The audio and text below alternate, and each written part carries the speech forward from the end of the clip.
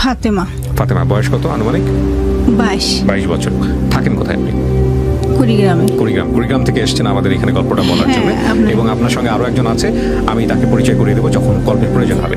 জি, আপনি শুরু করুন যেখান থেকে মনে আছে আপনার। আমার বাবা মার থেকে শুরু করি। জি প্লিজ। আমার বাবা একজন ব্যবসায়িক ছিলেন, সে ব্যবসা করতো, অনেক বড় ব্যবসায়িক ছিলেন, কারণ সে ইন্ডিয়ার ব্যবসা করতো। এরকম ছিল অনেক বড় ব্যবসায়ী যে আমার মানে বাবার অনেক টাকা ছিল। কয় ভাই বোন আপনারা? আমরা 5 ভাই বোন। 5 ভাই বোন। আমি যাকে বসিয়ে রেখেছি আপনার সামনে, আপনি যে গল্পটা বলতে যাচ্ছেন সেটা কি সমস্ত কিছু সে জানে, নাকি আজকে অনেক কিছু নতুন কিছু জানবে? জানে, আরো জানবে। ওকে, আপনার কোনো সমস্যা নেই তো, সে বসে থাকবে, বলেন। তো আমার বাবা অনেক টাকা ছিল তখন। আমার যে বাজারে আমার আব্বু ব্যবসা করতো, যেখানে থাকতো, বাজারের সাথে আমার বড় পুকুর বাড়ি ছিল, ওখানে আমার আব্বু থাকতো। তো আমার আব্বু ওখানে থাকার পর, আর আমার নানুর বাড়ি হয়েছে ওখান থেকে 4-5 মিনিটের রাস্তা। তখন আমার আম্মুকে দেখার পর আর ওখান থেকে মানে পারিবারিকভাবে আর কি বিয়েটা হয় আমার আম্মুর সাথে। তো ওরাও সংসার করতেছে অনেক বছর, কিন্তু বাচ্চা হয় না, বাচ্চা ছিল না আমার আম্মু। আপনার মায়ের বাচ্চা ছিল না? হ্যাঁ, ছিল না। তখন আর কি এক পর্যায়ে আমার দাদি সবাই বলছিল যে ওই মেয়ের বাচ্চা হবে না, তুই ডিভোর্স দে। তখন আর কি আমার আম্মুকে ডিভোর্স দেয়। আমার আব্বু দিবে না, এক পর্যায়ে জোর করে আর কি ডিভোর্সটা হয়। হওয়ার পর অনেক মেয়ে দেখতেছে আমার আব্বুর জন্য, কিন্তু আমার আব্বু কোনো মেয়েকে পছন্দ করে না, বিয়েও করবে না, এরকম। তো আমার আম্মুরও অন্য জায়গায় বিয়ে হওয়ার কথা ছিল, সব কিছু ঠিকঠাক না হয়েছে। এই অবস্থায় আর কি আমার আব্বু শোনার পর আর কি ওখান থেকে আমার আম্মুকে নিয়ে আসে। আম্মুকে আমার ওই ফুকুর বাড়িতে নিয়ে আসে। আসার পর আবার ওদের বিয়েটা হয়। হওয়ার পরে আর অনেকদিন যায়, বাচ্চা তবু হয় না, কিন্তু অনেক চিকিৎসা করার পর আর কি আমি হই। মানে আপনি প্রথম সন্তান? হ্যাঁ, আমি প্রথম। তো অনেক আদরে ছিলাম, কারণ আমি তো প্রথম সন্তান, আর ফ্যামিলির সবাই অনেক আদর করতো। তো আমার পরে আরেকটা আমার ভাইটার বয়স ছিল 3 বছর। তা একদিন আমার আব্বু গরুকে গোসল দিতে নিয়ে যায় আর কি বাড়ির পাশে। তো ওখানে পানি ছিল 1 হাঁটুর মতো পানি। তা আমার ভাইটা পিছনে ছিল, আর আমার আব্বু গরুকে গোসল দেওয়া। এই অবস্থায় আর কি পিছনে তাকায় দেখে আমার ভাইটা নাই। তো আমার আব্বু সবাইকে বলে, কে বলতে পারেন। তখন আমার আব্বু বাড়িতে আসার পরে দেখে যে আমার ভাই নেই। তখন আর কি ওখানে যাওয়ার পরে দেখে আমার ভাইটা পানিতে মারা গেছে। বাচ্চা হয় নাই, তো এই বিষয়গুলো তো আপনাদের খেয়াল রাখা উচিত ছিল। যাই হোক, গ্রাম অঞ্চলে হ্যাঁ আর কি মারা গেছে। তো কয়েকদিন পর, মনে হয় বছরের মতো হবে এরকম, আমার বয়স যখন 5-6 বছর, তখন আর কি আমার আম্মু বাড়িতে ছিল না, জানি না কোথায় গেছে। আমি খুঁজতেছি না, আমার আম্মু নাই। তখন আমার একটা ফুফাতো বোন আমার বয়সে ছিল, ও সহ আর কি আমি খুঁজতে যাই গ্রামে। তখন ওই লাকড়ি চুলায় রান্না করে মানুষ ছাই ফেলায় না বাইরে, তখন আর কি ওই ছাইয়ের মধ্যে আমি পড়ে যাই। আমার ফুফাতো বোন সহ পড়ে গেছি। দুজনে পড়ে যাওয়ার পরে আমার বাম পা আর ডান পায়ের হাঁটু পড়ে যায়। যাওয়ার পরে আর কি সবাই বলতো যে তো বাঁচবে না, কারণ অনেক শুকনা ছিলাম তখন, আর খুব খারাপ অবস্থা। সবাই বলতো যে বাঁচবে না। তো অনেকদিন পর নাকি আমার পাটা শুকায়। তো আমি যখন ক্লাস 4-এ পড়ি, তখন অনেক মানুষ আসতো আমার বিয়ের জন্যে, কিন্তু আমার আব্বু দিত না, যে এত ছোটো বয়সে কি বিয়ে দেয়। তখন আমি ক্লাস 4-এ পড়ি, তখন অনেক মানুষ আসতো। তখন আর কি আমার যে আব্বুর বড় ভাই আছে, তার কথা বলতো যে তাকে বলেন। তখন আমার বড় আব্বুকে বললে আমার বড় আব্বু রাগ করতো, যে এত ছোটো বয়সে কি বিয়ে দেয় ক্লাস 4-এ পড়ে, এরকম। তো এরকম করে যায়। তারপর যখন ক্লাস 5-এ উঠি, তখন আর কি একদিন আমার মানে খালাতো ভাই আমার বাড়িতে আসে না।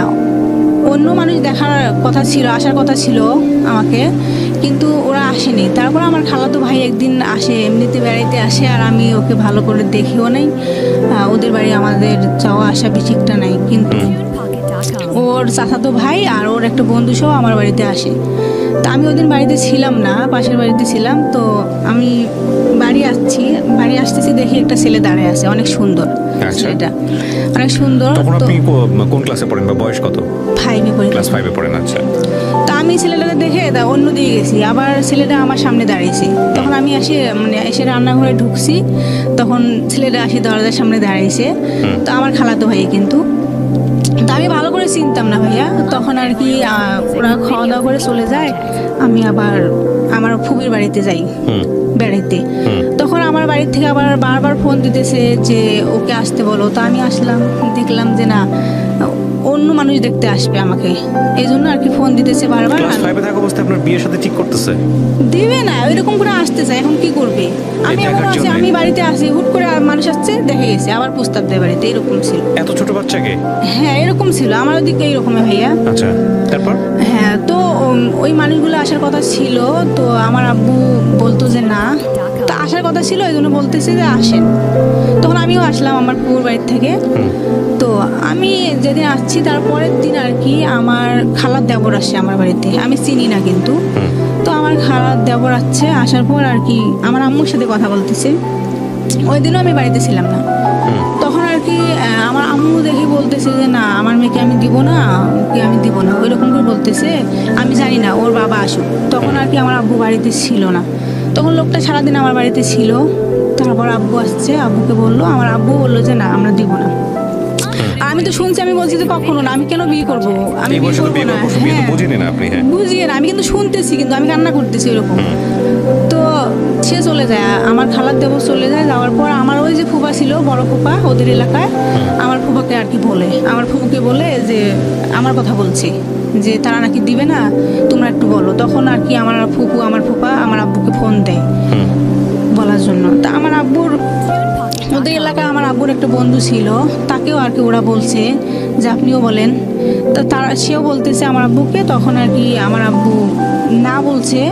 তখন আমার ফুপু তো হয়েছে বড়, আবার তাকে তো সম্মান দিতে হয়, এই জন্য আর কি আমার আম্মু বলতেছে যে না, আমিও বলি যে না, আমি ওকে বিয়ে করব না, আমি কেন খালাতো ভাইকে বিয়ে করবো, আমার বিয়ে বয়স হয়নি, অনেক কিছু বলছিলাম ভাইয়া। তো আমার 2-1 দিন পর, ওই দিন ছিল মঙ্গলবার, তখন আমার আব্বু কিন্তু হাটে যায়। সে এখনো ব্যবসা করে, টুকিটাকি ব্যবসা করে। সে হাটে গেছে, মানে 10টা বাজবে সকালে এরকম, সে হাটে গেছে। যাওয়ার পর ওরা যে ওভাবে যে আমার ফুপুর বাড়িতে যে কাজী টাজি নিয়ে ওরা সবাই যে ছিল, আমার আব্বু জানে না। আর যাওয়ার সময় আমার আম্মু বলছিল যে না, ওকে আমি দেবো না। আর আমিও বলছি যে না। আমার আব্বু বলে যে আমি কি করবো তাহলে। তখন আর কি, তখন আমরা 5 ভাই বোন, আমার পরে আরো 2টা বোন, একটা ভাই। আচ্ছা, এবং আপনি তখন ক্লাস 5 এ পড়ছেন? হ্যাঁ, তো সবাই তো ছোট ছোট ছোট ছোট। হ্যাঁ, আমি তো বড়। হ্যাঁ, রাইট। তো আমার আব্বু যায়, যাওয়ার পর আর কি সবাই নাকি ছিল ওদের বাড়িতে, আমার ফুপুর বাড়িতে। তারপর নাকি ওরা কাজী টাজি নিয়ে আসছে, ওখানে নাকি রেজিস্ট্রি হয়েছে। আমরা তো কিছুই জানি না, আমার ফ্যামিলির কেউ জানে না, শুধু আমার আব্বু আর আমার ফুপি ওখানে ছিল, কেউ জানে না। তো এভাবে আর কি রেজিস্ট্রি হওয়ার পর আমি তো ছেলে ভালো করে দেখেও নেই, আর আমার পছন্দ ছিল না, ওদের ফ্যামিলির সত্যি কথা আমার পছন্দই ছিল না ওই সময়। এখন কি বলবো, পছন্দ ছিল না। ছেলে তো তখন, ছেলে কিন্তু ঢাকায় থাকে, ও ঢাকায় আসছিল। তা আমার সাথে তো আর কোনোদিন দেখা হয় নাই, কথাও হয়নি। তো একদিন আমার যে বড় খালা আছে, তার সাথে আবার ও কাজ করতো একসাথে। তখন আর কি একদিন আমার চাচাতো বোনের হাজবেন্ড আসে আমার বাড়িতে। তখন দুলা ভাইয়ের কাছ থেকে আর কি ওর ফোনটা নিয়ে আমার ওই খালাতো ভাইয়ের নাম্বারে আমি ফোন দিই। দেওয়ার পর আর কি আমার ভাইয়াটা আমার আম্মুর সাথে কথা বলতেছে, আর বলতেছে যে তুমি আর জায়গা পাও নাই, এখন দিছো, বয়স হয়নি, অনেক কিছু বলতেছে যে। তা আমার আম্মু বলে যে আমি কি করব, আমি কিছু বলতে পারবো না। তখন আর কি আমার সাথে আবার কথা বললো আমার ভাইয়াটা, বলতেছে যে তুই কি হারুনের সাথে কথা বলবি, এভাবে বলতেছে। তা আমি বলছি যে না। তখন আমি মোবাইলে কথা বলতেও পারি না, এরকম ছিলাম। তখন আর কি ওই হারুন আমার ওই দুলাভাইয়ের কাছ থেকে, আমার দুলাভাই তো চলে যাবে তার বাড়িতে, এখন তো কথা বলবে কিভাবে আমার সাথে। তখন আর কি আমার চাচির নাম্বার নেয়, সেটা আমরা জানি না কিন্তু। তো আমার চাচির নাম্বার নিচে নেওয়ার পর ফোন দেয়, আমি তো ফোনে কথা বলতেও পারি না। তা কি বলবো, এইভাবে 2-1 দিন বলতে আমি যাকে দেখতে পারতাম না, কিন্তু এত ভালো লাগছে যে এখন ওর সাথে চুরি করে আমি কথা বলি। কিন্তু আমার আম্মু কথা বলতে দিত না, যে এখনো তো বিয়ে পড়ান হয়নি। হ্যাঁ, এরকম। তা আমি চুরি করে কথা বলতাম, কারণ ওকে অনেক ভালো লাগতো, কারণ ওর কথাগুলো ভালো লাগতো, এরকম। তো হঠাৎ একদিন আবার ওদের বাড়িতে, মানে কুরবানি ঈদ আসে, ওদের বাড়িতে আবার দাওয়াত দেয় আমার বাড়ির থেকে। আমার আব্বু বাড়িতে ছিল না, আমার ওই ফুফায় দাওয়াত দেয়। যেদিন ওদের বাড়ি থেকে সবাই আসে আমার বাড়িতে, ওই দিন আর কি আমার আব্বু বাড়িতে আসে। তখন মানে একটু সমস্যার কারণে আর কি আমার আব্বু বলতেছে যে না আমার মেয়েকে আমি দিব না। তখন আমি তো কথা বলতে বলতে এমন হয়েছে এখন ওকে ছাড়া আমি বাঁচি না, কথা বলতেছি প্রতিদিন কথা বলতেছি চুরি করে করে এরকম। তো ওভাবে আর কি আমি আবার তখন আম্মুকে বলি যে আগে তো আমি বলছিলাম দেওয়ার দরকার নেই, দিছেন, এখন তো আমি ওকে বিয়ে করবো, আমার ভাল লাগে না ওকে ছাড়া, অনেক কিছু আমি বলতেছি। তা আমার কথাই শুনলো। তা কয়েকদিন পর আর কি অনুষ্ঠান হয়, অনুষ্ঠান হওয়ার পর আর কি ওদের বাড়িতে যাই। আমি তো কিছু বুঝতাম না তখন, আমি কি বলবো, অত কিছু তো বুঝতাম না। কত সালে বিয়ে হয় আপনার? আমার বিয়ে হয়েছে, রেজিস্ট্রি হয়েছে 12 সালের মনে হয় শেষের দিকে। তখন আপনার বয়স কত, মানে কিসে পড়ছিলেন আপনি ওই সময়টা? 5-এ পড়ি তখন। ইয়া খোদা, যাই হোক বলেন তারপর। 13 সালের হয়তো বা শুরুতে জানুয়ারিতে এরকমই হবে যে আমার অনুষ্ঠানটা হয়। তা আর কি ওদের বাড়িতে যাই, আমি তো কিছু বুঝতাম না ভাইয়া, অনেক কিছু বুঝতাম না, আমি কিছুই বুঝতাম না। তো এমন কি যে শ্বশুর বাড়িতে তো কাজ করতে পারতাম না, রান্না বাড়িয়ে অনেক কিছু কাজ আছে আমি করতে পারতাম না। এই নিয়ে আবার আমার যে আব্বু আমাকে অনেক ভালোবাসতো, সে আব্বু এমন হয়েছে যে তাদের কথাই শুনতো, আম্মুও তাদের কথাই শুনতো যে কেন কাজ করবে না, মেয়ে বিয়ে দিছি কেন কাজ করবে না, এরকম বলতো। তো আমি কাজ করতে আসলে পারতাম না, কারণ অনেক মানুষের রান্না টান্না আমি করতে পারতাম না। তো ওইভাবে ও চলে যায়, বিয়ের পরে ও চলে যায়। তখন আমি আমার বাড়িতে আসি আর যাইতে চাই না। তখন আমার আম্মু ওদের জন্য অনেক মার মারছিল, অনেক মার খাইছি আমি, কেন আমি যাই না। কারণ তখন তো ওদের কথাই শুনতো, আমার কথা কেউ শুনতো না, বলে যে ওরা ভালো, তুই কাজ করিস নাকি, অনেক কিছু বলতো। তো ওভাবে আর কি 7 মাস হয়, বিয়ের 7 মাস হয়। তখন আমার হাজবেন্ড বলে যে ওদের বাড়িতে বলে যে আমি ওকে নিয়ে আসবো ঢাকায়, গাজীপুরে থাকতো। আচ্ছা, গাজীপুরে কি করতো? সোয়েটারের কাজ করতো। সোয়েটারের কাজ, ওকে। তারপর তখন আমার বাড়িতেও বলে যে আমি ওকে নিয়ে যাব, কারণ এত কথা ভাল লাগে না, নিয়ে যাব।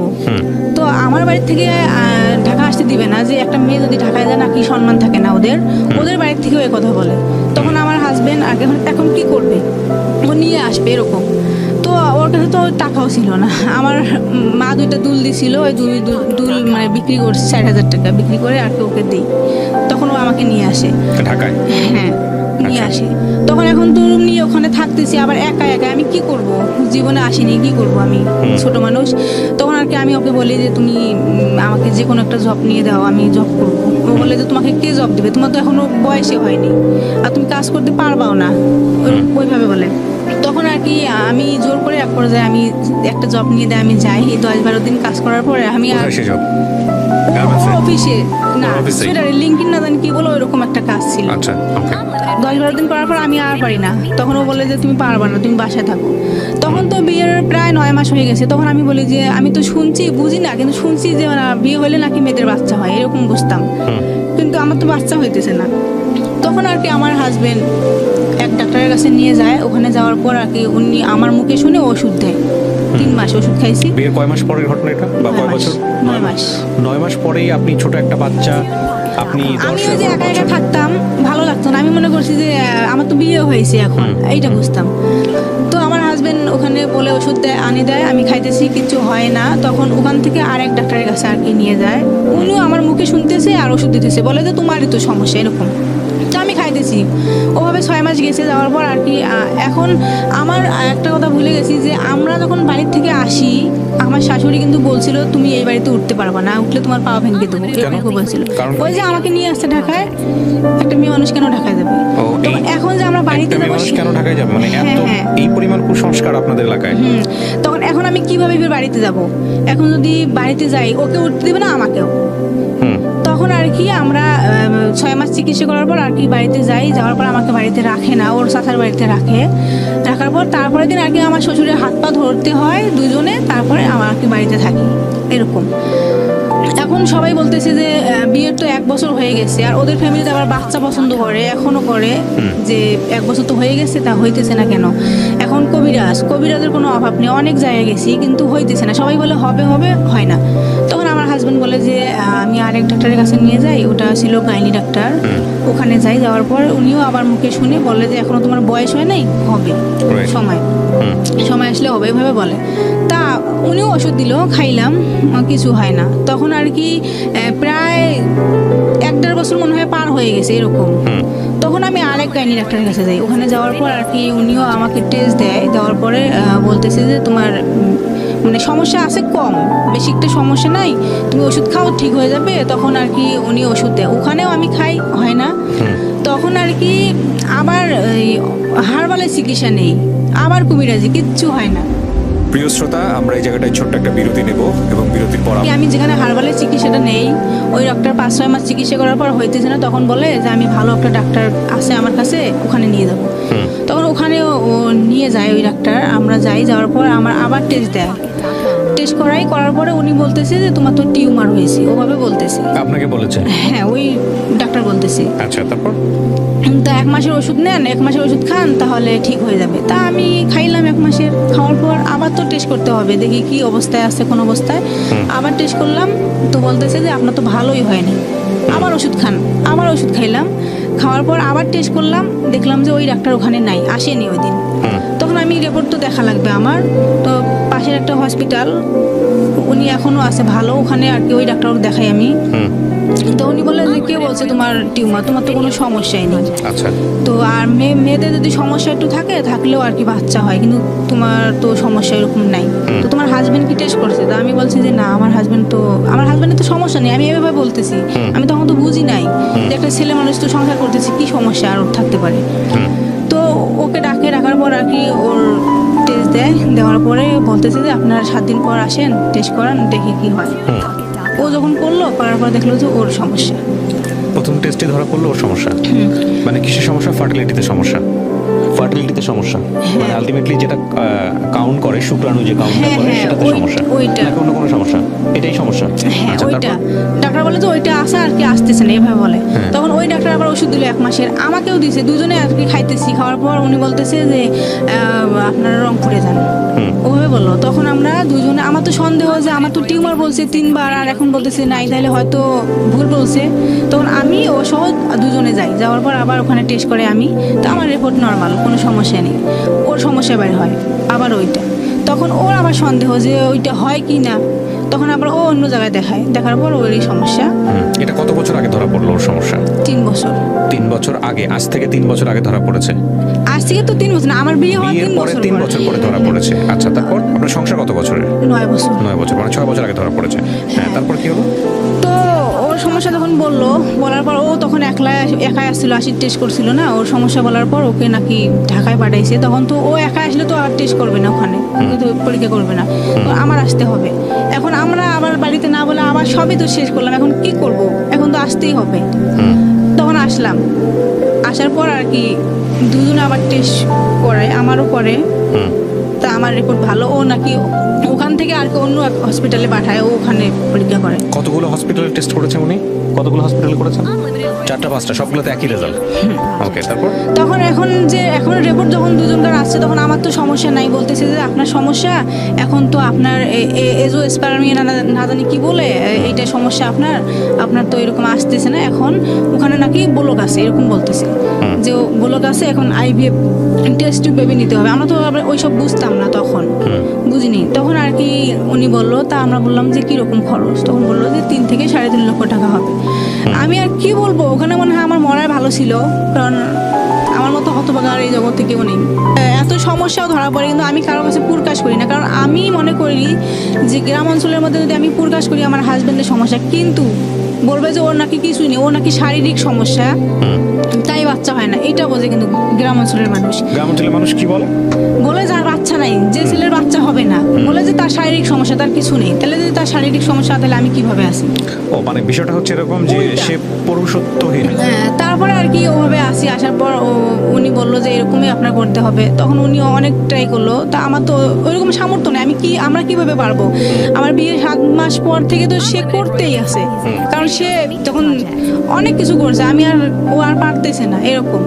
তখন আর কি ওভাবে আসি আমরা দুজন, কাউকে বলি না, কারণ ওদের ফ্যামিলিতে যদি বলি তাহলে তারা কি বলে, বিশ্বাস করে না যে একটা ছেলে তো, আমার ছেলে তো সংসার করতেছে, উনি আবার কি সমস্যা? আমরা দুইজনও তো ফেস করতেছি যে ডাক্তারের কথাই সত্যি, আমরা কবিরাজ বিশ্বাস করি না, কারণ কবিরাজ তো অনেক বলছিল কিন্তু হয়নি, ওরকম আর কি চলতেছে। কিন্তু আমি সবাইকে বলতাম যে না, আমারই সমস্যা, কারণ ওকে আমি ছোট করতাম না কারোর সামনে, আমি বলতাম যে আমারই সমস্যা। তখন আর কি এখন সব মিলে জিলে এখন আমাদের আবার বাড়িটা ভেঙে যায়। আমার শ্বশুর শাশুড়ি ওরা আবার আমার মতো আর কি একটা জায়গা নিয়ে ওরা ওখানে আসে, সামনে ওদের নদী। আমি যেখানে আসি ওখানে আবার 4,000 টাকা দিয়ে আমি ওখানে নিয়ে আসি। আমার শ্বশুরের তো এরকম সামর্থ্য নাই। আর আমার বাবা, বললাম যে আমার বাবা কোটিপতি ছিলেন, কিন্তু ওই ঘরের সন্তান আমার তো এখন কিছুই নেই, ওরাও তো দিতে পারবে না। আপনার বাবা কোটিপতি ছিলেন কিন্তু আপনার কিছু নাই কেন? হ্যাঁ, এটা আবার ভুলে গেছি যে আমার বাবা যখন ওখানে ব্যবসা করতো, ইন্ডিয়ান যে মাল আনতো সবকিছু, ওখানে আর কি সব টাকা দিয়ে দেওয়ার পরে আর কি সব শেষ হয়ে যায় একবারে। আর কিছুই ছিল না আমার বাবার, এখনো কিছুই নেই, ওইরকম আর কি আছে আমার বাবার। ওই ফ্যামিলির সন্তান আমি কোনোদিন তো কারোর সামনে যাইনি, আমি লজ্জায়, আমি তো পর্দা করি, আমি তো ঘরের ভিতরে থাকি। এরকম করে যখন আমাকে আলাদা করে দেয়, আমার শ্বশুর কিছুই দিল না, শুধু একটা ঘর দিল। তো নদী তো ভাঙছে, এখন তো আমার আলাদা বাড়ি, ওভাবে থাকতেছি, কিন্তু একাই। এখন আমাকে ছেড়ে ও কোনো করতেও পারে না, আমি তো একাই থাকতেছি বাড়িতে। আমার একটাই দুঃখ যে আমি দিনের মধ্যে হয়তো পর্দা করি, তাই আমি একাই থাকি, সবার কথা শুনে থাকি। কিন্তু আমার যখন খুব কষ্ট লাগে যে আমি যখন রাত হয় তখন আমার একাই থাকতে হয়, আমার পাশে কেউ নাই, আমি একাই থাকি, ওভাবে থাকতেছি। কিন্তু আমি যে থাকতেছি ওই শ্বশুরে ভাঙা ঘরটা দিছি, ওই ঘরে থাকতেছি, কিন্তু বৃষ্টি আসলে তো পানি পড়তো। দিনে হইলে আমি কোনোদিন যাইতে পারতাম না, যে রাতে হয় পাশের বাড়িতে থাকতাম, এরকম করতাম। ও তখন ঢাকাতে? হ্যাঁ, ও তখন ঢাকাতে আসতে চাইছে, যে ডাক্তার দেখাইতেছে, এরকম ওর ছিল। আমি বলছি যে আমি আগে বলতাম না যে আমার সমস্যা কেন, আমি আমার হাজবেন্ডকে ছোট করব। তখন আর কি আমি এইভাবে বলতে বলতে সবাই বলে, তাহলে বাচ্চা হয় না কেন, সমস্যাটা কার? তখন আর কি আমি কয়েক বছর যাওয়ার পর আমি আমার ফ্যামিলিকে বলে দেই যে আমার হাজবেন্ডের সমস্যা। তারপর ওদের ফ্যামিলিকেও আমি বলি, কিন্তু ওদের ফ্যামিলি এখনো মনে করতেছে যে এটা আমার সমস্যা। আপনি আপনার ফ্যামিলিকে জানানোর পরে ফ্যামিলি কি বলে? আমার ফ্যামিলিকে যখন জানাইছি, আমার ফ্যামিলি বলে যে সন্তান দেওয়ার মালিক তো হয়েছে আল্লাহ, কারোর হাত নেই এখানে, আর তোমার তো সামর্থ্য নেই, আমারও সামর্থ্য নেই যে দিতে পারবো, এরকম নেই। তো এখন তুমি কি করবা? তোমার যা ইচ্ছে তুমি তাই করো। তখন আর কি আমি বললাম যে আমি কি করবো, আমি তো কিছু, আমার জীবনে বিয়ে একটাই হয়েছে, যদি আমার খালাতো ভাই না হইতো তবুও একটা কথা হইতো, আর ওকে আমি এত ভালোবাসি, আমি ওকে ছাড়তেও পারবো না, এভাবে বলছি। তখন আমার আম্মু, আমার ফ্যামিলি থেকে সবাই বলে যে আমরাও তো ওকে ভালোবাসি, কিন্তু এখন ওর জন্য যে তোমার লাইফটা নষ্ট, তুমি কি করবা? কারণ আমার যে ছোট ভাইটা আছে, তার এখন বর্তমানে একটা মেয়ে আছে, বিয়েও করছে, ও 18 বছর বয়স। আমার ছোট বোনের 2টা মেয়ে। 18 বছর বয়সে বিয়ে করে ফেলছে? হ্যাঁ, বিয়ে করছে। মানে আপনাদের এলাকায় কি মানে শিক্ষার আলো একেবারেই নাই, পৌঁছায় না? লেখাপড়া দিছি, করবে না, এরকম করে আর কেউ বিয়ে করে। আমার বোনটা যখন ক্লাস 8-এ পড়ে তখন ওকে আর ছাড়বে না। তো এখন আমার ফ্যামিলির থেকে কয় মাস আগে আমাকে নিয়ে যাওয়ার পর আর কি সবাই, আমার চাচা সবাই বলতেছে যে এখন তুমি কি করবা, কারণ আজকে যদি ও মারা যায় তোমার কি হবে, তোমার তো এখনো জীবন পড়ে আছে, এখন কি করবা? তখন ওরা কি আর কি আমাকে আসতে দেয়নি, 3 মাস আসতে দেয়নি। না, নিশ্চয়ই। আমি এই প্রশ্নটা, আপনার জামাই কি বলে আপনাকে? আমার জামাই? হ্যাঁ, জামাই কি বলে? জামাই মানে আপনার হাজবেন্ড? আমার হাজবেন্ডের কথা যে তুমি যদি আমাকে ডিভোর্স দাও তাহলে তো আমি বাঁচবো না। আপনি আসেন, আপনার হাজবেন্ড এতক্ষণ সামনে বসে আছে, আপনি চলে আসেন। আপনার ওয়াইফ যা বলেছে এতক্ষণ যাবত আপনাদের সংসার নিয়ে, এটা কি সত্য? হ্যাঁ, এটা সত্যি। কিভাবে জানলেন, কিভাবে হলো? আপনার গল্পটা একটু শুনি। মানে আপনি যেটা বলছিলেন আপনার প্রবলেমগুলো। হ্যাঁ, আমার প্রবলেমগুলো হলো যে আমি তো আসলে মানে ওই ধরনের কোনো সমস্যা ফেস করতাম না, যে আসলে আদৌ কি আমার এই সমস্যা আছে কিনা। আর এগুলো বিষয়ে যখন জানতাম না, তো ওর চিকিৎসাটাই সর্বপ্রথম শুরু করাই আমরা। হ্যাঁ, তো ওর ধারাবাহিকভাবে যখন চিকিৎসা চলতে থাকে, এক পর্যায়ে যখন আমি জানলাম যে আসলে সমস্যাটা ওর না, সমস্যাটা আমারই, তখন ওখান থেকে ওই জায়গায় এক বন্ধাত্ম ডাক্তার, সেটা রংপুরে, যে 2-3 বার পরীক্ষা করার পরে উনি যখন বললো যে আসলে তোমার তো সমস্যাটা যে দেখা যাচ্ছে, তোমার স্বাভাবিক পদ্ধতিতে সন্তান হওয়ার সম্ভাবনা খুবই কম, তারপরও তুমি ঢাকায় যাও, আমি রেফারেন্স করে দিচ্ছি, তুমি সেখানে গিয়ে তাকে দেখাও। দেখার পরে হয়তো যদি তোমার কপাল ভালো হয় তাহলে তোমার হয়তো অপারেশনের মাধ্যমে হতে পারে। আচ্ছা, আর যদি না হয় তাহলে অন্য পদ্ধতি আছে, তুমি সেখানে যাও, যে তাদের সাথে কথা বলো। তো তখন আমি ওখান থেকে ওকে নিয়ে চলে আসি। আসার পরে তখন আমি কাজ করি হলো ঢাকা কেরানীগঞ্জে। যখন ওকে নিয়ে ঢাকায় আসি তখন কেরানীগঞ্জে, তখন ওখানে একটা রুম নিই আমি। রুম নিয়ে ওখান থেকে পরে ওকে নিয়ে ঢাকায় আসি। আসার পরে তখন উনি ওকে একটা পরীক্ষা দেয়, আর আমারও পরীক্ষা দেয়, 3টে পরীক্ষা দেয় আমাকে। 3টে পরীক্ষা দেয়, তা বললো যে একটা পরীক্ষা আমাদের হসপিটালে হবে না, সেটা মোহাম্মদপুর থেকে করে আনতে হবে। তারপরে আমি ওর পরীক্ষাটা ওখানে করাই। পরে আমার 2টা পরীক্ষা ওই হসপিটালে হয়, আর একটা পরীক্ষা ওখান থেকে পরে নিয়ে আসি। পরে আসার পরে এখন যে রিপোর্ট দেখার পরে উনি বলতেছে যে আপনার যে হরমোন টেস্টটা করা হয়েছে এটাতে দেখা যাচ্ছে আপনার শুক্রাণু যেটা মানে স্পার্ম সেটা তৈরি হচ্ছে, কিন্তু যে কোনো কারণে বাধাগ্রস্ত মানে ভাঁজ ডিফারেন্স যেটাকে বলে আর কি ডাক্তারি ভাষায় নাকি থাকে, সেখানে কোথাও বাধাগ্রস্ত আছে। আচ্ছা, সে কারণে তোমার স্পার্মটা পাস হতে পারছে না, মানে শরীরে প্রডিউস হচ্ছে কিন্তু ইরেকশন হচ্ছে না। হ্যাঁ, ইরেকশন হতে পারতেছে না। আচ্ছা, এটা তোমার প্রবলেম। তো এখন তা আমি ভাবলাম যদি আমার এটাই প্রবলেম হয় তাহলে আমার এখন উপায় কি? তখন উনি বললো যে এর উপায় আছে। তো আমি বললাম কিভাবে সেটা? তা বলতেছে যে আমাদের যে এখন আধুনিক চিকিৎসা এটা বাংলাদেশে এখন অ্যাভেলেবল হচ্ছে, সেটা হলো আইভিএফ। তা আমি বললাম যে আইভিএফটা কি, এটা তো বুঝতাম না। তখন উনি বললো আইভিএফটা হলো যে আমরা যখন কোনো পুরুষের এই ধরনের সমস্যা পাই, স্বাভাবিক পদ্ধতিতে হয় না, তখন আমরা ওই পুরুষটার থেকে সিমেন্স কালেক্ট করি আর কি, স্পার্ম, আর ওই মেয়েটার থেকে আমাদের আর কি যেটা বলে ওভাম আর ডিম্বাণু, এটা দুটো সংগ্রহ করে আমাদের মানে ফার্টিলিটি করে, বাইরে ফার্টিলিটি করে তারপরে এটা আর কি বোম্বে প্রবেশ করায়, প্রবেশ করানো হয়। তো এটাতে শুধু ওই পুরুষটার স্পার্ম গ্রহণ করা হয়। যদি সেটা পুরুষের না থাকে সেক্ষেত্রে আমরা সেটা করি না। তা ভাবলাম যে তাহলে এটার পিছনে ব্যয় কত হবে? তাহলে বলতেছে যে এটার পিছনে তো ব্যয়বহুল, কারণ এটা চিকিৎসায় অনেক ব্যয়বহুল। যদি তোমাদের ইচ্ছা থাকে তাহলে তোমরা করতে পারো। তবে বললাম কত হতে পারে? যে 3 থেকে 3.5 লক্ষ টাকা খরচ করবে, তবে পার্সেন্টেজ 1/3। রাইট, সেই জায়গাটায় আমি যেতে চাচ্ছিলাম যে পার্সেন্টেজ 1/3 মানে 3/1 সফলতা হতেও পারে, নাও হতে পারে, এবং না হওয়ার সম্ভাবনাটাই বেশি। তো বললাম যদি প্রথমবারে না হয় তাহলে যে আবার দ্বিতীয়বার করতে হবে, একই প্রাইস। তা বলতেছে যে দ্বিতীয়বার করে, তা বলতেছে যে তাদের মধ্যে যারা ইয়ং পার্সন তাদের পার্সেন্টেজ 50+ হতে পারে। যদি এদের বয়স 30-এর নিচে হয় তাহলে এদের পার্সেন্টেজ 50+ হতে পারে। যখন গড় হিসাব পড়ে যায় তখন নাকি 1/3 পড়ে যায়। তা বললাম যে তাহলে যে আপনি বললেন যে মানে ওনাকে প্রশ্ন করলাম যে আপনি তো বললেন যে আপনার স্পার্ম তৈরি হচ্ছে, হয়তো কোথাও বাধাগ্রস্তর কারণে আসতে পারতেছে না, তাহলে তো অপারেশনের মাধ্যমে করা সম্ভব। তা বলতেছে অপারেশন করে অনেক সময় হয় আবার নাও হয়, এই জন্য আমরা ওইদিকে যাইতে চাচ্ছি না। তা আমি ভাবলাম যে তাহলে ঠিক আছে আমরা পরামর্শ করি, যেহেতু আপনি বলছেন আমরা পরামর্শ করি। তারপরে আসার পরে উনি আবার বললো যে যদি এত টাকা খরচা যদি না করতে চান, অন্য পদ্ধতিতে করতে চান, সে ব্যবস্থাও আছে। যাই হোক, সে পদ্ধতিটার কথা আমি নাই বলতেছি আর কি। সেটা বলবো কি বলা যাবে? শিওর বলেন। যে ডোনারিজম। আচ্ছা, তা ডোনারিজম, তা আমি বললাম যে এটা কি হবে? যে ওটা অন্য পুরুষের থেকে কানেক্ট করে আপনার অন্য পুরুষের স্পার্ম নিয়ে আলটিমেটলি সেটাকে ফার্টিলাইজ করা, ওটা ফার্টিলিটি করবে। সেটা হলো আইইউআই পদ্ধতিতে।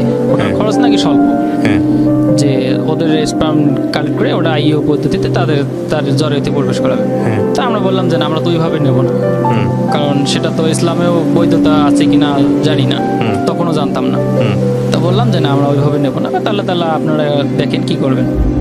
ওকে, প্রিয় শ্রোতা, ছোট পরে ওখান থেকে আসার পরে এখন আমি চিন্তা করতেছি যে আচ্ছা যদি ওইভাবে হয়, একবার করার পরে দ্বিতীয়বার, প্রথমবারে না হলে দ্বিতীয়বার আবার করতে হবে, তাহলে আবার বললো যে তোমার স্পার্ম তৈরি হচ্ছে, আসতে পারতেছে না, তাহলে এর যদি কোনো চিকিৎসা থাকে তাহলে আমি সেই দিকে আগে দেখি একটু। রাইট, তখন আমি অন্য একটা হসপিটালে যাই। যাওয়ার পরে ওখানে এক ডাক্তারকে দেখাই। তো উনি বলতেছে যে ঠিক আছে তৈরি হচ্ছে, এখন আসতে পারতেছে না। কেন আসতে পারতেছে না? এইদিকে তুমি দেখো আগে, তুমি তো সেইভাবে দেখাও। যদি তোমার পরীক্ষায় দেখা যায় যে তোমার যে একটা নাকি সার্জারি এখন হয় যে ল্যাপোস্কোপি সার্জারি, যে তোমার যদি কোথাও বাধাগ্রস্ত থাকে ল্যাপোস্কোপির মাধ্যমে সেটা সারা সম্ভব, তাহলে তোমার মানে স্বাভাবিক পদ্ধতিতেই সন্তান হওয়া সম্ভব। তা আমি বললাম তাহলে এখন কি করতে হবে? তা উনি অনেকগুলো পরীক্ষা দিল, প্রায় 20-25 হাজার টাকার উপরে। তা ওই মুহূর্তে আমার কাছে আরও অত টাকা নাই। তা আমি আর পরীক্ষাটা করাইলাম না করায় আসার পরে তারপরে এখন ভাবলাম যে এখন এদিকে যাব না এদিকে যাব। আমি 2 দিকে পড়ে গেলাম। আসলে যদি এদিকে যাই তাহলে তো এদিকে পার্সেন্টেজ তো নাই, আবার যদি এদিকে যাই এদিকে হবে কিনা সেটাও সন্দেহ। 2 দিকে পড়ে গেলাম। তো এখন ওই অবস্থায় রাখলাম কিছুদিন, যে না এখন আর যেদিকে একই সব দিকে তো টাকার প্রয়োজন। আর আমি তো বিবাহের 7 মাস থেকে শুরু করে যে চিকিৎসা করতেছি সব তো আমার উপর দিয়েই। আর আমি আমার একটা সমস্যা, আমি সবসময় কাজ করতে পারতাম না। একটা হলো সমস্যা, আমার হাত পা প্রচুর ঘামে। এই যে এখনো বসে আছে, আমার হাত প্রচুর ঘামতেছে পানি, এই জন্য আমি সব ধরনের কাজ করতে পারতাম না। যখন সোয়েটারের কাজ করছিলাম তখন ওই নিটিং মেশিন চালা আমার জন্য খুব কষ্টকর হতো। আমি যদি রাত্রে মেশিন রেখে আসতাম, সকালে গিয়ে দেখলাম যে ওখানে আয়রন জমে একবারে মেশিন পুরো জাম হয়ে থাকতো। এই জন্য আমি ওর কাজটা করতে পারতাম না। ওটা শুধু নিডিলের কাজ তো, এই জন্য ওটা কাজ করতে পারতাম না। এই জন্য কাজটা আমি ছেড়ে দিছি। তারপরে অনেক জায়গায় তখন দেখলাম যে যখন এইসব কাজ আমি পারতেছি না, তখন গার্মেন্টসের কাজে গেলাম। গার্মেন্টসের কাজেও কিন্তু করতে পারি নাই। যখন ওই মেশিন চালাতে যাইতে হয়, যখন হোয়াইট কালার মাল আসে তখন আর আমি ওই মাল করতে পারি না, কারণ স্পট লেগে যায়। তখন ওখানেও চাকরিটা ছেড়ে দিই। দিয়ে ভাবলাম তাহলে এখন আমি কি করব, কোন চাকরি করলে আমার জন্য ভালো হবে। তখন ওখান থেকে আমি চলে যাই, মানে যে আমাদের যে সিমেন্ট কোম্পানি আছে না, শাহ সিমেন্ট, ওখানের এক সর্দারের কাছে গিয়ে মানে ওখান থেকে আর কি লোড আনলোডের চাকরিটা নিই। মানে ওখান থেকে মনে করেন পুরো ঢাকা শহরে রাত্রে গাড়িতে আসি আর দোকানে দোকানে মাল দেওয়া, এইভাবে সেল করি। ওখান থেকে ওইভাবে করি আর চিকিৎসা করি, যে আমার তো টাকা জমাইতে হবে। এদিকে ও যে এতদিন যাবৎ মানে ওর চিকিৎসা করাইছি, সমস্যা নানান সমস্যা দেখা দিয়েছে, চিকিৎসা করাইছি। এই চিকিৎসা করাইতে গিয়ে ও মানে এখন প্রায় প্রায় অসুস্থ হয়ে যায়। মানে বুঝতে পারি না যে ও মানে অল্প বয়স থেকে ওর চিকিৎসাটা শুরু হয়েছে অ্যান্টিবায়োটিকের উপর, তো মানে ওর শারীরিক নানান সমস্যা শুরু হয়ে যায়। তো এখন ও প্রায় প্রায় অসুস্থ হয়ে যায়। হঠাৎ করে দেখা গেল আজকে এই সমস্যা, কালকে দেখা গেল ও সমস্যা। মানে এখন তো আমার সংসারে তো অনেক আগেই তো বাবা মা পৃথক করে দিচ্ছে, কারণ আমি যখন এই চিকিৎসা শুরু করি তখন থেকে আমি আর বাবা মাকে টাকা দিতে পারিনি। কারণ মানে চিকিৎসার পিছনে যে এইসব পরীক্ষা নিরীক্ষা খুব ব্যয়বহুল, যেখানে যাই সেখানে অনেক টাকা ঋণ করে, আবার ওই টাকা শোধ না করতে আবার অন্য চিকিৎসা দিয়ে আগাইতে হলে আবার ঋণ করতে হয়, আবার কাজ করি শোধ করি। এদিকে বাবা মা তেমনটা পেশা দিত না, কারণ বুঝতো যে ও তো চিকিৎসার পিছনে ব্যয় করতেছে, এই জন্য দিতে পারে না। আমার বড় ভাই সে মনে করেন পরে আর কি সংসারের দায়িত্বটা নিচে এখনো আর কি আছে। তা যখন আমি ওই সাংসারিক দায়িত্ব তখন টাকা পয়সা দেই না, এই কারণে তারা বলতেছে তুই তো সাংসারিক পিছনে কিছুই দিতেছস না, তাহলে তোকেও পালতে হয়, তোর বউকেও পালতে হয়, তাহলে তুই পৃথক হয়ে খা। তো পৃথক হয়ে খাবো ঠিক, এখন তো ওই অবস্থায় পৃথক করে দিলে আমার তো আমি শূন্য, কারণ আমার তো ওই অবস্থায় নাই দেখে আমাকে পৃথক করে দিতেছে। যখন আমি পৃথক হয়ে যাই তখন ওই দিন মানে আমার বলতেছে যে তোকে কিছুই দেবো না, যে ঘর আছে থাকার ঘর সেটাও দেবো না। থাকার ঘরটা যদি আমাকে না দেয় তাহলে আমি থাকবো কোথায়, আমার তো বউ নিয়ে থাকতে হবে। তারপরে অনেক মানে চাচারা টাচারা বসার পরে তখন বললো যে ঠিক আছে ওকে ঘরটা শুধু দেওয়া হবে, আর কিছু দেওয়া হবে। আচ্ছা, পরে যে ঘরটা দেয় ওই ঘরটা আমার, আমি মাঝখানে একটা কথা বলতে ভুলে গেছি, সেটা হলো যে মানে আমাদের বাড়িটা একবার পুড়ে গেছিল আগুনে, মানে কিছু ছিল না। আচ্ছা, ওই বাড়িটা পোড়ার পরে যে কিছু টিন ছিল না, কিছু টিন একটু হালকা ভালো ছিল, ওই ধরনের টিন দিয়ে ঘরটা তোলানো হয়েছিল আর কি। ওই ঘরটা পরে আমাকে দেয়, আমি ওই ঘরটায় থাকতাম। পরে ওখান থেকে ওই ঘরটাতে থাকতাম, আর এদিকে তো আলাদা পৃথক। ওই দেখা গেলো এক মাস যদি বাইরে ওইভাবে কাজ করতাম, আবার ও ওই রকম সমস্যার কারণে আবার যে ও চিকিৎসা, আমার চিকিৎসা বাদ দিয়ে ওর পিছনে আবার ব্যয় করতে হয়। তখন ওইভাবে করতে করতে হঠাৎ করে আমাদের পাশেই নদী ছিল, তো এক সময় বাড়িটা ভেঙে যায়। বাড়িটা ভেঙে যাওয়ার পরে এখন আমি মানে কোথায় গিয়ে আর এখন ঠাই নেব, বাবার ভিটাই ছিলাম। বাড়িটা যখন ভেঙে গেল তখন বাবা তারা মানে এরকম সিস্টেম হয়েছে, যারা সেদিন বাড়িটা ভেঙে নিয়ে গেছে ভাই কি বলবো, মানে আমি ছিলাম হলো শ্বশুর বাড়িতে, কিন্তু আমাকে বলেনি, আমি দুজনে ছিলাম। কিন্তু আসার পরে দেখি মানে শুধু আমার ঘরটাই আছে, তাদের ঘর নেই। আচ্ছা, পরে এখন কি বলবো, তখন আসি বললাম যে আপনারা যে গেলেন আমাকে একবার বললেনও না, আমি এখন কোথায় যাব। পরে ওই আমার পাশে যে এক বাড়ি ছিল, উনি একটা জায়গা ভাড়া নিয়েছিল 4000 টাকায়। মানে আমাদের ওইখানে চর এলাকা, তো মানে এইভাবে ভাড়া হয় যে নদী আসা পর্যন্ত তুমি থাকতে পারবা, নদী আসলে তোমার জায়গা ছেড়ে দিতে হবে, নদীতে ভেঙে গেলে তোমার জায়গা শেষ, টাকা শেষ। তারপরে ওই জায়গায় 4000 টাকায় মানে একটা জায়গা ভাড়া নিয়েছিল। পরে ও বলতেছে আমি ওই জায়গায় যাবো না। পরে আমি ওই 4000 টাকা তাকে দিয়ে পরে আমি ওই জায়গাটার মধ্যে যে একবারে জমিনের উপর আর কি ঘরটা উঠানোর পরে ওই জায়গায় মনে করেন বন্যা আসলে পুরো 3-4 ফিট পানি হইতো ঘরের ভিতরে, থাকা যাইতো না। পরে ওই অবস্থায় মানে আমার তো আর ওই অবস্থায় মানে একটা জায়গা, ভালো জায়গা নিয়ে বাড়ি করার মতো সামর্থ্য নেই। পরে ওকে মনে করো ওই বাড়িতেই রেখে আমার কাজ করতে আসতে হয় আর কি। বাঁচতে জীবিকার বা হলে তো বাঁচতেই হবে, বাঁচতে হলে তো আসতেই হবে। এখন পরে আমি ওইভাবে আসার পরে যেটুকু সামর্থ্য হয়, আবার ওই দেখা গেল 1 মাস যদি আমি কাজ করি, পরে 1 মাস ওর পিছনেই ব্যয় করা লাগে। 1 মাস যদি কাজ করি, আবার দেখা গেল যে 10 দিন যদি ছুটি কাটায় আসি, পরের মাসে যা দেখলাম যে তো টাকাও পাইলাম না, অল্প। এইভাবে আবার ঋণ হয়ে যায়। এখন ওইভাবে করতে করতে এখন মানে পারতেছি না, আর কোথায় যাবো? তখন যে কোথাও একটা বেতনে চাকরি করতে যাই হালকা পাতলা, সেখানে তো আর আমাকে মাসে মাসে ছুটি দিবে না। তখন আমি ওই কি করি, দেখা যায় যে আলুর ক্ষেত লাগাইতে যাই, যে 15 দিন 20 দিন 1 মাস কাজ হয়, আবার বাড়িতে যাই। আবার দেখা যায় যে মানে ধান কাটা কাজে যাই, ওখানে কিছুদিন করি, আবার বাড়িতে যাই। এভাবে চালাই। তো এখন দেখা গেল যে ওই যে ঘরটা দিছে, একবার শিলা বৃষ্টি হয়, প্রচুর শিলা বৃষ্টি হয় এলাকায়। সেদিন আমি বাড়িতে ছিলাম না, আমি ঢাকায় ছিলাম, কিন্তু ও ছিল বাড়িতে। এমন সময় এমন বড় বড় শিলা বৃষ্টি পড়ছে, মানে চাল একবারে পুরা মশারির মতো হয়ে গেছে, যা ওই ঘরের মধ্যে আর থাকা সম্ভব না।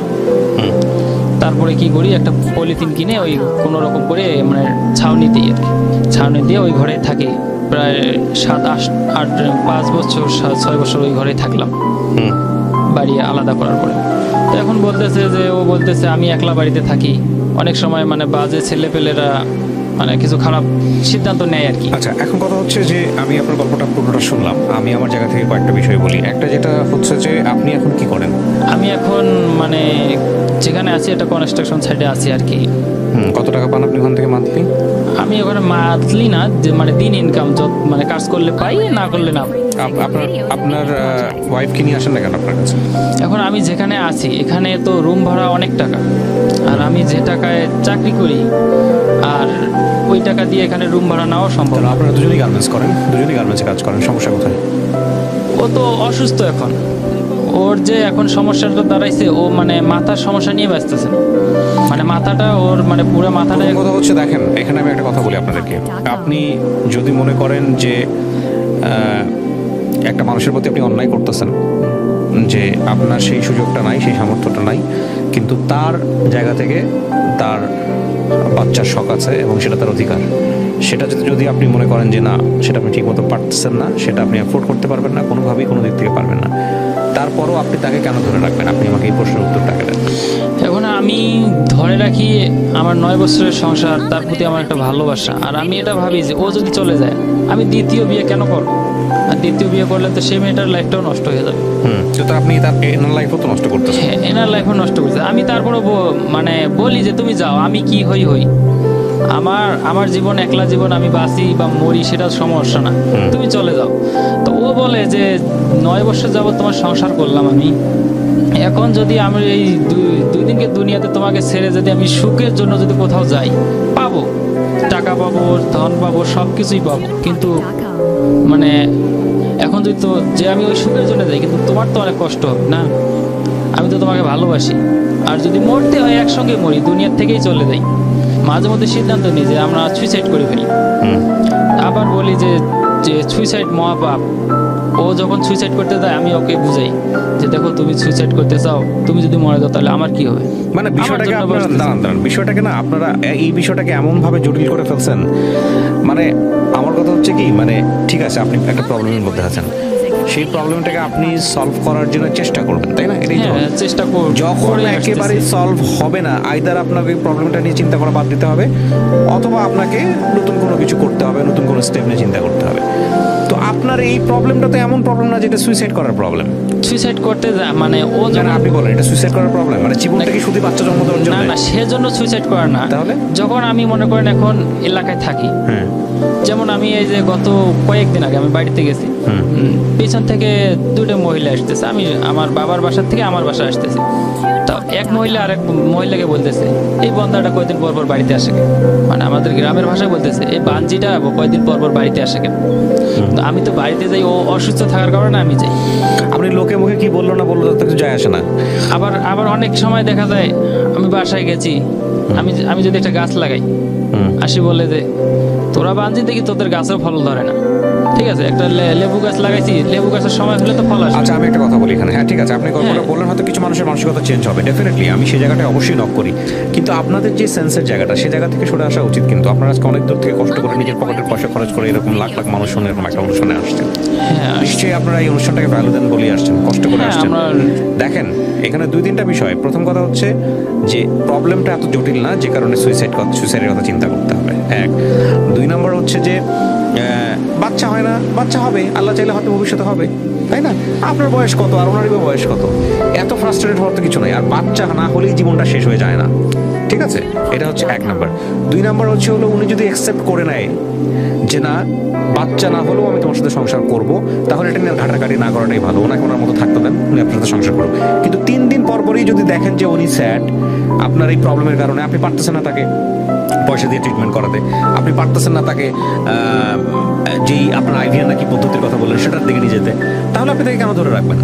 আমি আমি এক্স্যাক্টলি, তাহলে যদি না যায় তাহলে তাকে এটা নিয়ে কথা বলাই যাবে না। আপনি দেখেন তার মধ্যে টেন্ডেন্সিটা আছে কিনা। আমি বলি, কিন্তু মানে আমি ওকে বলি যে তুমি অন্য কোথাও যাও। না, আপনি আমাকে প্রশ্নটা উত্তর দেন, অন্য জগতে যাওয়ার প্রশ্ন পরে। আপনার ওয়াইফের নাম কি? ফাতেমা। আপনার নাম? হারুন। ফাতেমাকে আপনি এটা বলছেন, সে আপনাকে ছেড়ে যাবে না সেটাও বলছেন, তাই না?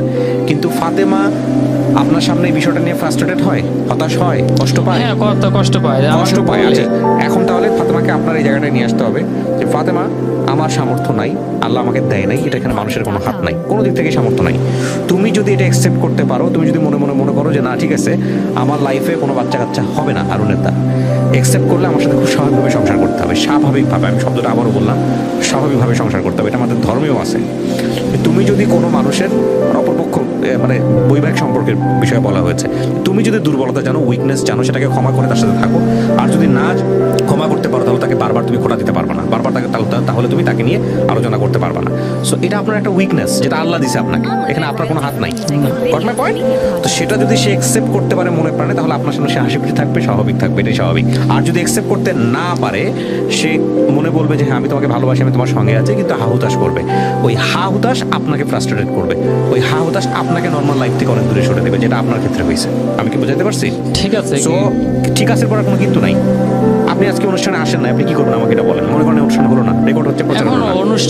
অনুষ্ঠানে আসছি, এখন আসার উদ্দেশ্য হলো যে এইভাবে মানুষ আমাকে ব্ল্যাকমেলের ধরনের কথা বলে। আপনি কি মনে করেন রেডিওতে অনুষ্ঠানটা প্রচার হয়ে গেলে এটা লাখ লাখ মানুষ কালকে চেঞ্জ হয়ে যাবে? না। তাহলে আমার কথায় মানুষ হয়তো 1-2 জন চেঞ্জ হতে পারে। সবার মানুষের যদি সমাজের এই ধরনের যদি সবার মন মানসিকতা থাকতো, তাহলে তো আমাকে এইভাবে কেউ বলতো না। রাইট, তাহলে তো এরা আমাকে বলতো না যে তুমি। আমার ফোকাসটা ওই জায়গাটাই ঠিক আছে, আপনি যেটা বললেন সেটা মানুষ হয়তো 2-1 ঠিক হবে, কিন্তু আমার ফোকাসটা আপনি, কারণ আপনি ঠিক যদি আজকে যদি সেন্সটা যদি আপনার ভিতর থাকে, আপনি কি মনে করেন ধরেন আপনার এই অনুষ্ঠানটা করে কেউ আপনি একটা মেইল অ্যাড্রেস দিলেন বা আপনার ফোন নাম্বার দিলেন, আপনাকে 2 লাখ টাকা দিল, হেল্প করলো, আপনার কোনো গ্যারান্টি আছে আপনি বাচ্চা মালিক ইয়ে হবেন? না, হতে পারে যদি আল্লাহ চায়। আপনার 2 লাখ, আপনার 2 কোটি টাকা থাকলেও আপনি অনেক সময় হতে পারবেন না, আল্লাহ যদি না দেয়। হ্যাঁ, তারপর তাহলে পয়েন্টটাতে বোঝার চেষ্টা করেন। আমি একটা কথা বলি, এখানে যদি হয়তো বা আমরা মানুষের দোয়া আর সবকিছুই তো আল্লাহ তাআলার ইচ্ছে, এখানে কারো হাত নেই।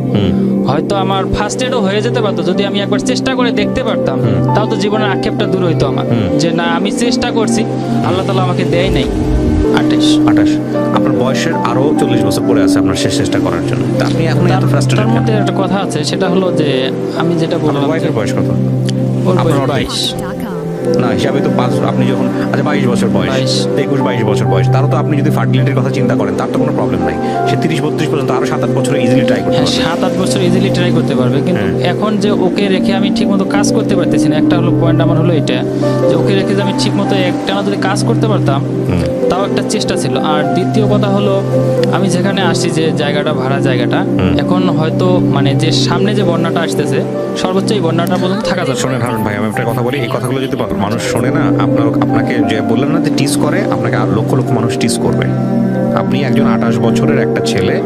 না, আমি পয়েন্ট আগে বলি, আপনি আমার পয়েন্টটা শোনেন। 28 বছরের একটা ছেলে বাংলাদেশে নিশ্চয়ই কাজ করে একটা বউ পালার মতো যোগ্যতা আপনার আছে। হ্যাঁ, আমি সেটার জন্য কখনো শোনেন, আগে শেষ করুন। সেটার জন্যই বলতেছি আপনাকে, আপনি এখন পারতেছেন না বিকজ অফ আপনার সিচুয়েশনের কারণে। আপনি যে যেখানে রাখছেন আপনার বউকে সেখানে সে আনপ্রোটেক্টেড একটা জায়গায় আছে, আপনি ঢাকা শহরে গার্মেন্টসে আপনি তো কাজ করতে পারেন, আপনি করেন না কেন? গার্মেন্টসে তো আমি বললাম যে আমার সমস্যার কারণে আমি গার্মেন্টসের কাজ করতে পারি না, যে আমার হাত পায়ে প্রচুর ঘাম হয়। কিভাবে? হ্যাঁ, ছুটি নেই, আমি কি করবো? আমি তো একা বাংলাদেশে বহু ছেলে মেয়ে আছে, বহু হাজবেন্ড আছে যারা গার্মেন্টসে কাজ করে ওয়াইফকে সময় দেয়। আপনি একমাত্র কেস না যদি আপনি করেন। না না, আমি গার্মেন্টসে কাজ রিক্সা করতে চালায়, পারি না। শেষ করি ভাই, রিক্সা চালায়, দিন মজুরি করে, হ্যাঁ আছে না? আমি ওই ধরনের কাজ অনেক করছি। হ্যাঁ, তো তার মানে আপনার তো বাচ্চা কাচ্চা নাই, আপনি বললেনই। আপনি যদি এত কিছু করে একটা মানুষকে যদি চালাতে না পারেন, তাহলে এটা মানুষজন আপনার এই কথা অ্যাকসেপ্ট করবে না। আমি মানুষজন চালার কথা এখানে কখনো বলি না। আমি যত কষ্ট করি, আমি তো যে যতই কষ্ট করি, আমি তো কখনো কারো কাছে হাত পাততে যাই নাই। কারণ আমি এটা বলতে চাচ্ছি যে আমি যে সিচুয়েশনটার মধ্যে আছি বর্তমানে, এখন যদি আমি সামনে একটা জায়গা করে যে বাড়িটা করব, যদি ওই দিকে অগ্রসর হই। আপনি কি ওই দিকে অগ্রসর হবেন? আপনার বাংলাদেশের নিজের বাড়ি করতে হলে কি নিজের জমি লাগবে? এরকম সিচুয়েশন বাংলাদেশে সবার আছে না, নিজের জমিটা না। আপনি কি করবেন আমার কাছ থেকে শোনেন। প্রথমত আপনি আপনার ওয়াইফকে আপনার সাথে রাখবেন। কিভাবে রাখবেন? ঢাকা শহরে সেরকম একটা কর্মসংস্থানের ব্যবস্থা করবেন। আপনি চাইলেই এখান থেকে বের হয়ে গিয়ে কর্মসংস্থানের ব্যবস্থা করতে পারবেন না, আপনাকে চেষ্টা করতে হবে। আমি আমার কথাটাকে শোনেন, আপনি তো রেডি হয়ে আসছেন আপনি নিজের কথা বলার জন্য। আপনি যদি রিসিভ না করেন আপনি চেঞ্জ করতে পারবেন না। আপনাকে চেঞ্জ করতে হলে আপনাকে রিসিভ করতে হবে, কারণ আপনার মতো শত শত হাজার হাজার কেস আমি জানি, ঠিক আছে? সো প্রথম চেষ্টা হবে বাচ্চা না, বাচ্চার কথা ভুলে যান। প্রথম কথা হচ্ছে বাচ্চা আপনাদের দুজনকে মানসিকভাবে অসুস্থ করে দিছে। হ্যাঁ, ঠিক আছে, এটা হচ্ছে আমার পয়েন্ট। হ্যাঁ, বাচ্চা জীবনের জন্য এমন কিছু না যে বাচ্চা না হলে জীবন হেল হয়ে যাবে। আপনারা দুজন মানুষ অসুস্থ হয়ে গেছেন, আপনাদের দিকে তাকানো যাচ্ছে না। আপনারা প্রথম যে কাজটা করেন, আগে বাঁচেন, ঠিক আছে? আর মানুষ কি বললো এটা নিয়ে চিন্তা করেন না। হ্যাঁ, মানুষ আপনার জীবন, আপনি না খেয়ে থাকলে মানুষ আপনাকে খাবার দেয় না? আপনি কি চুরি করছেন কারো ঘরে? করেন নাই তো, তাহলে সে কি বললো না বললো সেগুলো কিছু চাই আসে না আপনার। শোনেন, আপনি যেটা করবেন, প্রথম দায়িত্ব হচ্ছে আপনাকে আজকে আমি $1 মিলিয়ন সাজেশন দিচ্ছি। আপনাকে $1 মিলিয়ন সাজেশন দিচ্ছি। আপনি তো 2 টাকা মানুষের কাছ থেকে হেল্প পাওয়ার জন্য হয়তো আজকের এপিসোডে আসছেন, অথবা আসেন নাই, আমি দুটাই বললাম। কিন্তু আমি আপনাকে যে সাজেশনটা দিচ্ছি সেটা $1 মিলিয়ন সাজেশন, কোটি কোটি টাকার চাইতে অনেক দামি সাজেশন। আপনার ওয়াইফকে রাখার চেষ্টা করেন, এটার জন্য আপনার মানসিক শক্তি দরকার। আপনি শুধু এক্সকিউজ খুঁজেন না।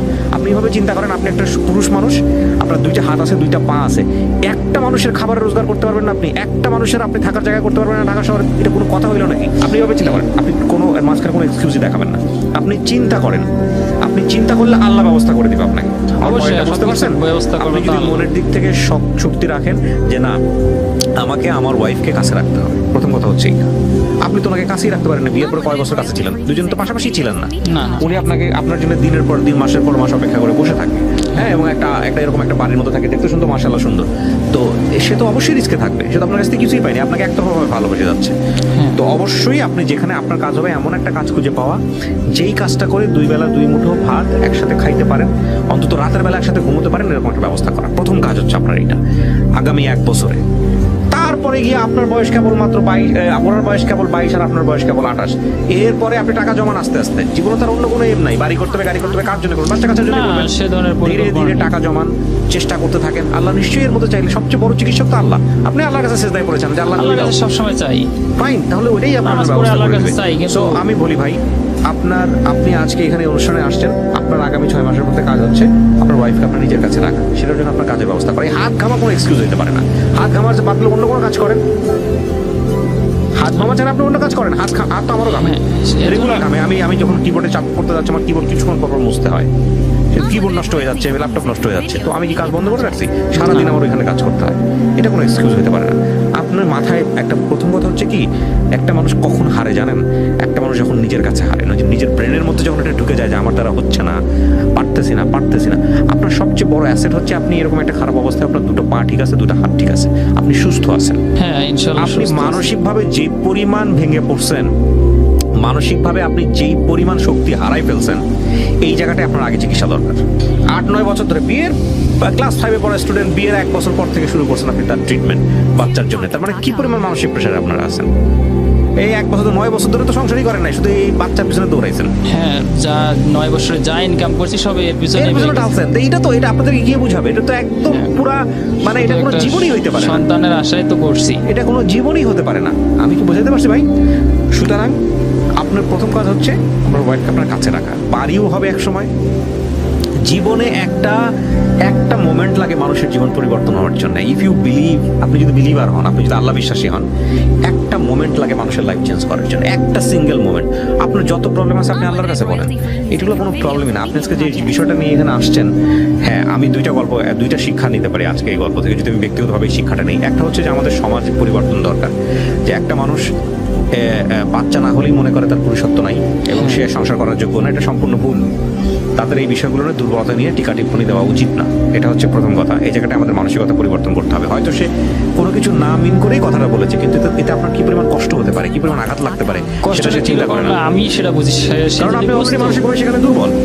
আরেকটা বিষয় যদি শেখার থাকে, সেটা হচ্ছে যে এই বিষয়টা নিয়ে আপনি ব্যক্তিগতভাবে যতটা দুর্বল হয়ে গেছেন, যে বাচ্চা কাচ্চা ছাড়া যে পৃথিবীতে মানে আর কিছু নাই, আপনাদের দুজনের বক্তব্য শুনে যেটা মনে হয়েছে, এটা সম্পূর্ণই ভুল একটা ধারণা। একটা আপনি মরে গেলে আপনার কবরে আপনার বাচ্চা যাবে না, যাবে না, ঠিক আছে, আপনার যাবে আপনার কাজকর্ম, ঠিক আছে, কিন্তু তারপর দুনিয়াতে একটা বাবা ডাক শুনতে ইচ্ছে করে। হ্যাঁ, তো আপনার মতো লোক আর পৃথিবীতে নাই, তারা সবাই সুইসাইড করছে না, সুইসাইড করে নাই, তাইলে? কিন্তু হয়তো তাদের মানে যাদের এরকম আর্থিক সামর্থ্য আছে তারা করতেছে, কিন্তু আমি রাস্তাঘাটে বাচ্চা ফেলা দেয় মানুষ, জানেন? হ্যাঁ দেয়, কিন্তু ডাস্টবিনে বাচ্চা পাওয়া যায়, এটা জানেন? হ্যাঁ, অনেক সময় তো দেখি দেখেন না? কিন্তু আল্লাহকে বলি যে আল্লাহ বাচ্চাটা ওই জায়গায় না দিয়ে আমাদের ঘরে দিতা। না, এটা কিন্তু বিষয় না, বিষয়টা চিন্তার জায়গাটা অন্যরকম। সিচুয়েশন, আপনি সিচুয়েশনে আনহ্যাপি, সে বাচ্চা আসাতে আনহ্যাপি। আল্লাহর কাছে শুকর করেন যে আপনাকে আল্লাহ কোনো না কোনোভাবে এর মাঝখানেও সুস্থ রাখছে। হ্যাঁ, সুস্থ রাখছে, বিকজ ওই বাচ্চাটা আপনি চাচ্ছেন, বিকজ আপনি ওই জায়গাটায় আনহ্যাপি, আর তার কাছে বাচ্চাটা বার্ডেন হয়ে গেছে। ফ্যাক্ট কিন্তু বাচ্চা না, বাচ্চার ফ্যাক্ট না, ফ্যাক্ট হচ্ছে সিচুয়েশন। আপনার লাইফে এই সিচুয়েশনে আপনি আনহ্যাপি, তার লাইফে ওই সিচুয়েশনে সে আরেকজন আনহ্যাপি। সো আপনাকে যদি হ্যাপি হইতে হয়, তাহলে এই জায়গাটা থেকে বের হইতে হবে। হ্যাঁ, মানুষের আপনি কেন বাচ্চা চাচ্ছেন? বিকজ আপনি এই যে বাবার ডাক শুনলেন, বাবার ডাক শুনলে আপনার কি হবে? মনের মধ্যে খুশি লাগবে, আপনি সুখী হবেন। আনন্দ লাগবে, টার্গেটটা কি খুশি হওয়া, সুখী হওয়া, তাই তো? তো টার্গেট খুশি হওয়ার থাকলে পৃথিবীতে 1000টা ওয়ে আছে, 1 মিলিয়ন ওয়ে আছে খুশি হওয়ার জন্য, শুধুমাত্র বাবা হওয়াটাই রাস্তা না। না, ঠিক আছে, কিন্তু ওটা একটা আলাদা। আমি দোয়া করি আপনার জন্য যে আল্লাহ আপনাকে সেই সুযোগটা দিক, যে আপনি যাতে চেষ্টা করতে পারেন এবং আপনার ওয়াইফের যেই আপনার প্রতি যে রেসপেক্ট, যে ভালোবাসাটা, সেটা যেন ঠিক থাকে। এবং আমি অবশ্যই চাইবো যে আপনাদের এই মানবিক যে জায়গাটা, মানসিক যে দুর্বলতার জায়গাটা, যে চিন্তাটা নিয়ে আপনারা আজকে এখানে আসছেন, সেই জায়গাটার একটা পরিবর্তন হোক। কারণ বাচ্চা কাচ্চা পৃথিবীতে হয় না, এরকম অসংখ্য মানুষ আছে। এবং অনেক মানুষ যারা খুব দামি মানুষ, অনেক মানুষ যারা পুরো পৃথিবীর জন্য করে গেছে, এরকম মানুষ আছে। বাচ্চা কাচ্চা আল্লাহ সবাইকে দেন না, এবং বাচ্চা কাচ্চা দেওয়ার পরেও তারা বাচ্চা কাচ্চা প্রপারলি মানুষ করতে পারেন, সেই ক্ষমতাও আল্লাহ সবাইকে দেন না। ঠিক আছে? সুতরাং আপনার প্রথম দায়িত্ব হচ্ছে আপনার ওয়াইফকে খুশি করা। সেটা বাচ্চা কাচ্চা না নিয়ে এসেও করা সম্ভব। আপনি সেই জায়গাটা আগে পালন করেন, দায়িত্বটা পালন করেন, বাকি জিনিস পরে চিন্তা করেন। আর উনি যদি আপনাকে সেই জায়গাটা কনসিডার করতে না পারে, তাহলে ওনাকে মুক্তি দেওয়াটা উচিত। ধর্মীয় অনুসারে যেভাবে আপনার যেভাবে রিলিজলি চিন্তা করেন, সেভাবে চিন্তা করা উচিত। আর উনি যদি আপনাকে ওই লাভটা দিতে পারে, তাহলে আপনাকে তাকে সাথে নিয়ে এমনভাবে ফাইট করা উচিত, সাপোর্ট করা উচিত, যাতে করে উনি ওই মিসিংটা অনুভব করতে না পারে। প্রিয় শ্রোতা, আপনারা যারা আজকের এপিসোডটা শুনলেন, ডেফিনেটলি এটা আমি আমার লাইফে দেখেছি। আমি আমার খুব ক্লোজ বড় বোনের উদাহরণ দিতে পারি। They love each other very much, সারা জীবন ধরে একসঙ্গে থেকেছে, কিন্তু তাদের কখনো বেবি ছিল না। এবং সেম প্রবলেম, লাইক এই ছেলেটার মতো তাদেরও প্রবলেম। তারা স্টিল একসঙ্গে আছে, জীবনের এক পর্যায়ে গিয়ে বাচ্চা দত্তক নিয়েছে, এবং তারা সুখী বা সুখী না, তারা একসঙ্গে থেকেছে। এটা আমি জানি যে এক ধরনের বড় ধরনের একটা ফ্রাস্ট্রেশন, যে আসলে বৃদ্ধ বয়সে যে কি হবে, জীবনের কেন পরিশ্রম করতেছি। কিন্তু আমাদের লাইফটা এতটা বেশি প্যাটার্নালিস্টিক, এতটা বেশি সিস্টেমেটিক, আমরা এই সিস্টেমের বাইরে গিয়ে চিন্তা করতে চাই না। আমরা এই সিস্টেমের বাইরে গিয়ে একজন মানুষ যে হ্যাপি হতে পারে, এই সিস্টেমের বাইরে যে একজন মানুষ যে পৃথিবীর জন্য অনেক কিছু করতে পারে, নিজের জীবনের জন্য অনেক কিছু করতে পারে, পরকালের জন্য অনেক কিছু করতে পারে, এই চিন্তাটা আমরা করি না বলেই সবকিছু আমরা চারপাশে যা দেখি সিস্টেমেটিক ওয়েতে চিন্তা করি বলেই আমাদের এই যে এত পাওয়ারফুল মস্তিষ্ক, এত সুন্দর একটা জীবন আল্লাহ আমাদেরকে দিয়ে পাঠান দুনিয়াতে, এই জীবনটা আমরা নিজেরাই নষ্ট করি। আমাদের পারিপার্শ্বিক জায়গাটা যতটা বেশি আমাদেরকে অনেক বেশি অসুখী করে, তার চাইতে বেশি অসুখী করি আমরা নিজেরা।